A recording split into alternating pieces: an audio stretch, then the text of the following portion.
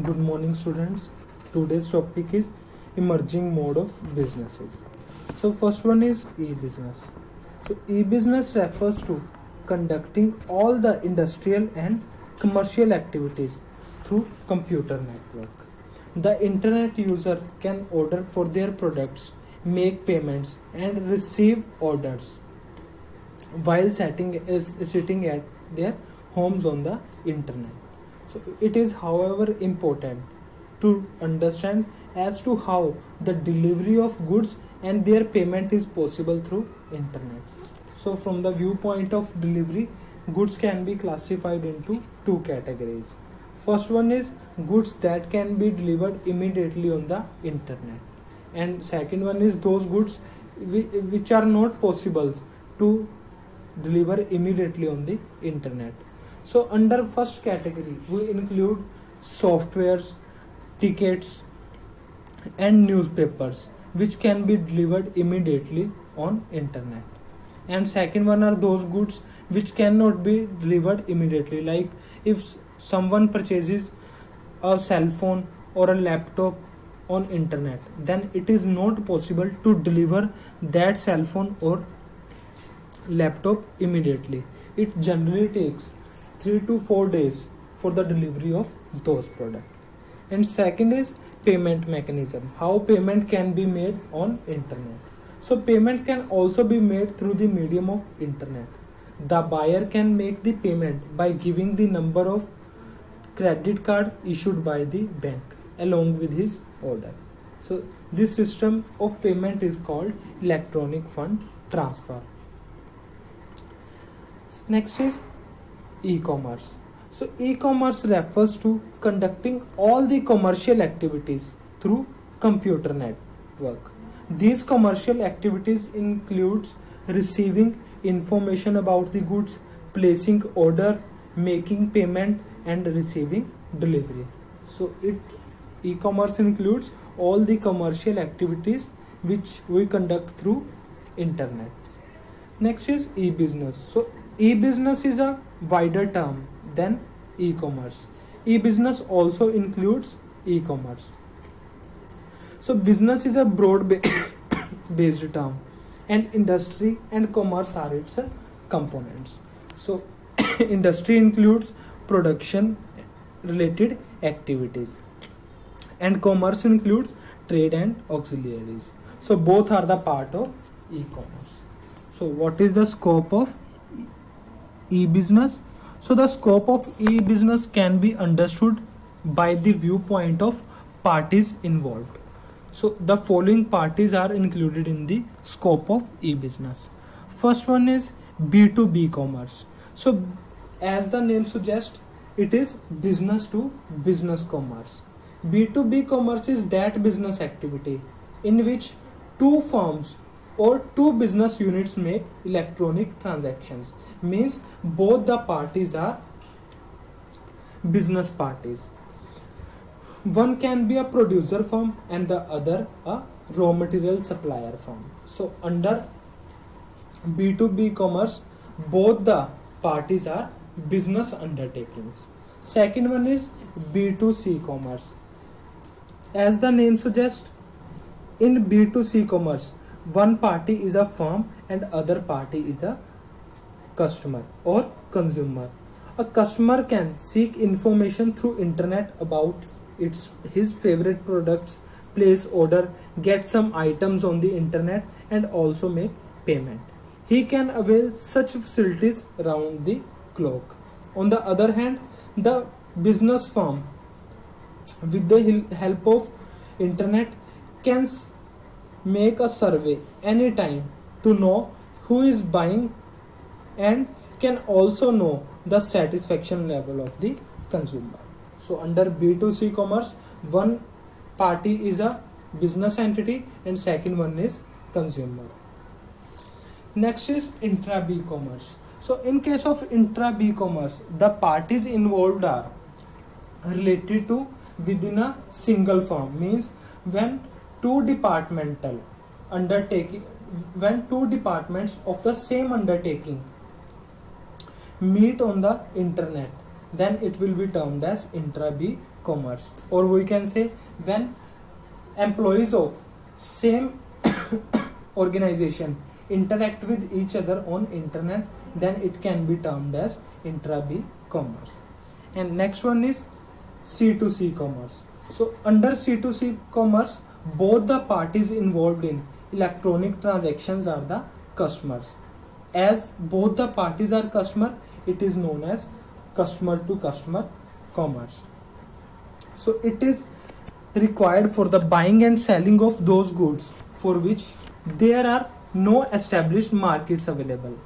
For example, selling old books and clothes either on cash or barter basis. So this is the example of C2C commerce. So next one is the benefits of e-commerce. First one is worldwide reach.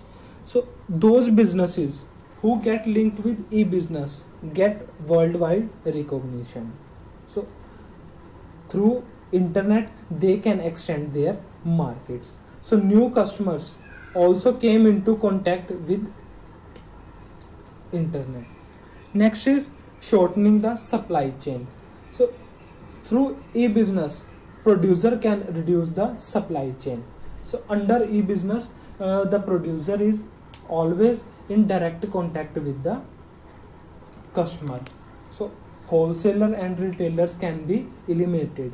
This will help the producer to increase its profit margin, or producer can also came to know about the taste and preference of the customers.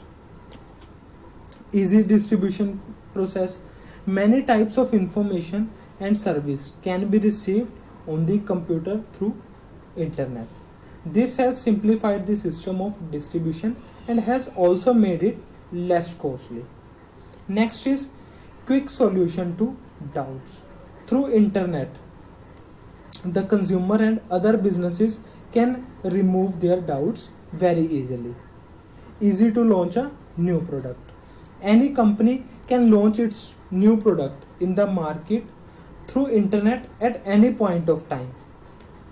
A complete information about the product is made available on the internet. So in this way, the consumer and other businesses get information about the new products while sitting at home. Less personal cost. So when a business undertaking do its activities through internet, it does not require any employee for the services. Like they do not require any salesman. So it reduces the personal cost also. Saving of time. So the customer do not have to take a round of the market to purchase the goods needed. They can get information about every product while sitting at home. So it also saves their time. Less risk in payment. Under e-business, payment is made on the internet through the medium of debit or credit card. So in this way, the risk involved in the transfer of money is reduced. So these are the benefits of e-commerce or e-business. And the next topic is outsourcing of services. As we know, for the successful running of a business enterprise, there are many activities which are to be performed by a businessman, like production, buying of raw material, selling of product, arranging finance, advertisement, collection of debts, and after sale services. So some of these activities are performed by the business itself, like production and buying and selling of commodities. There are some other activities for which the business has two alternatives: either to fulfill within the organization or to fulfill from outside the organization. So when business organizations get those activities fulfilled from outside the organization, it will be termed as outsourcing. So outsourcing refers to obtaining some services from outside the organization in order to run the business successfully and in cost effective manner. So what are the natures of outsourcing of services? First one is availability of service outside the organization. So under the outsourcing of services, the business organizations get services from outside. Some companies are established for providing some special services like courier services, advertising services, customer support services, and financial services like debt collection agencies. Second is specialized services. When a company performs a single service, then it gets specialized in that activity. So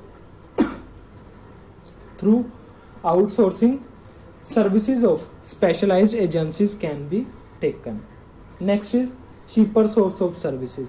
Dealing in one kind of service on a large scale makes cheap services available. So it is cost effective. And the last one is increasing the efficiency of users.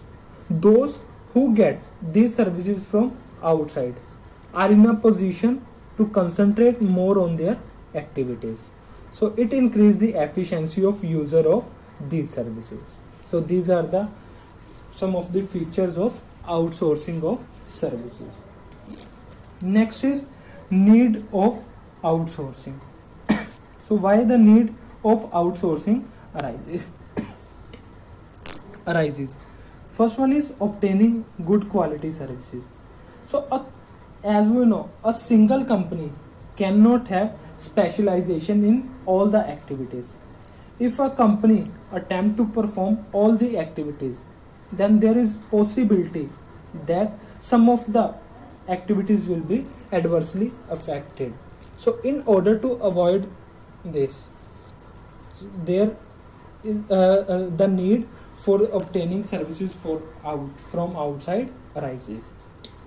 Next is avoiding fixed installment in services. So if a company tries to get these services from within the organization, then it has to establish a different department. It has to recruit employees. So it has to make investments for a longer period of time. But by outsourcing these services, the organizations can avoid these fixed investments. And the last one is smooth running of business. Outsourcing of service is needed in order to run the business smoothly. So the attention of businessman gets distracted from various small things and is focused on the main activity. In this way, the whole business runs decently.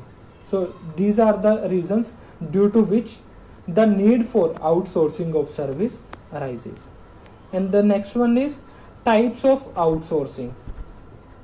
So the following are the details of outsourcing services. First one is financial services. These services means those outside services which help the company to manage the finance of the company. So these services are of two types. First one is factoring facility. Under factoring facility, some agency takes the responsibility to collect the debt on behalf of the company, and for that the company charges certain percentage of commission. And in some cases, factoring agency also makes advance payment to the seller and charge higher amount of commissions. Next one is merchant banking services. As we know, for the establishment of a company, a lot of formalities are to be required, like for a registration of company or for formation of a company, it is required that the company must create memorandum of association, article of association, and prospectus. And also it is required to get minimum subscription. So this is a lengthy process. Certain banking institutions helps the companies in performing these activities. So they are termed as merchant banking services. Next one is advertising services. These days there are many advertising agencies in the market which provide advertising services to different business organizations. Every business organization wants to have maximum profits, and it is only possible through maximizing, and it is possible only by maximizing sales, and sales can be maximized with the help of advertisement. So these advertising agencies make advertisement for the product of the company. Next is courier services. So some years ago the help of postal department was needed in order to send letters, parcels from one place to another place. One has to go to the post office to get the benefit of service, but these days the service is available in an improved form. Some individuals are providing the services of courier companies. So the mail can be sent to the office of the courier company, and if the company is informed, a person from the company comes personally to collect the mail. And the last one is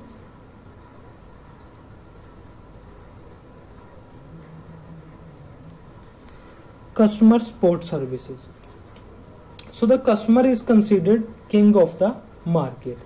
If the customer is happy, success of business is definite. So the important question is how to make customers happy. So in order to make customer happy, many types of services have to be made available. These includes free home delivery of goods, providing after sale services. Earlier the company used to provide these services themselves. That is beneficial for the companies. So by providing after sale services, the customer can be feel happy. So sometimes business organization takes the help of outside organization to provide after sale services. So these are the some of the services which can be outsourced, and the working of business organizations can be done on an efficient way.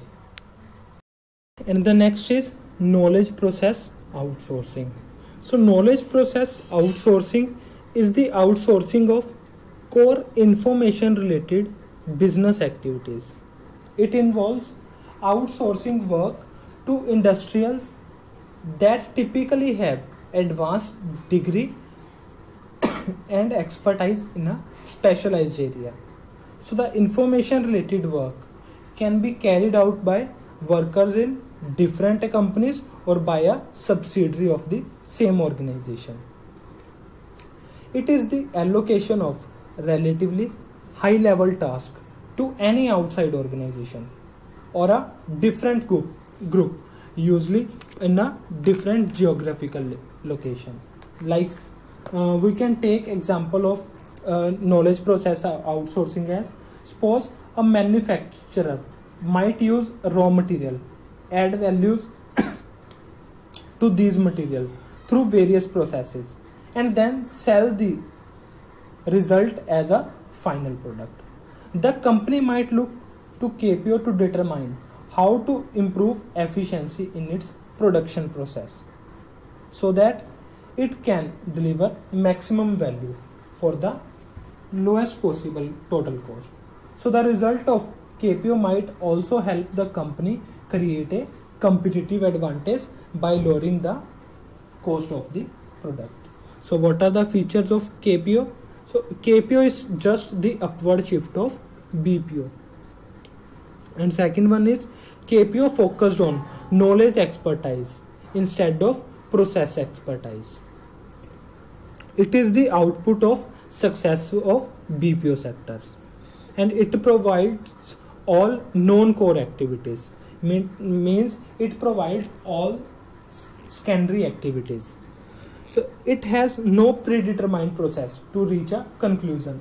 Means in case of BPO, it has predetermined solutions, but in case of KPO, the solutions are not predetermined.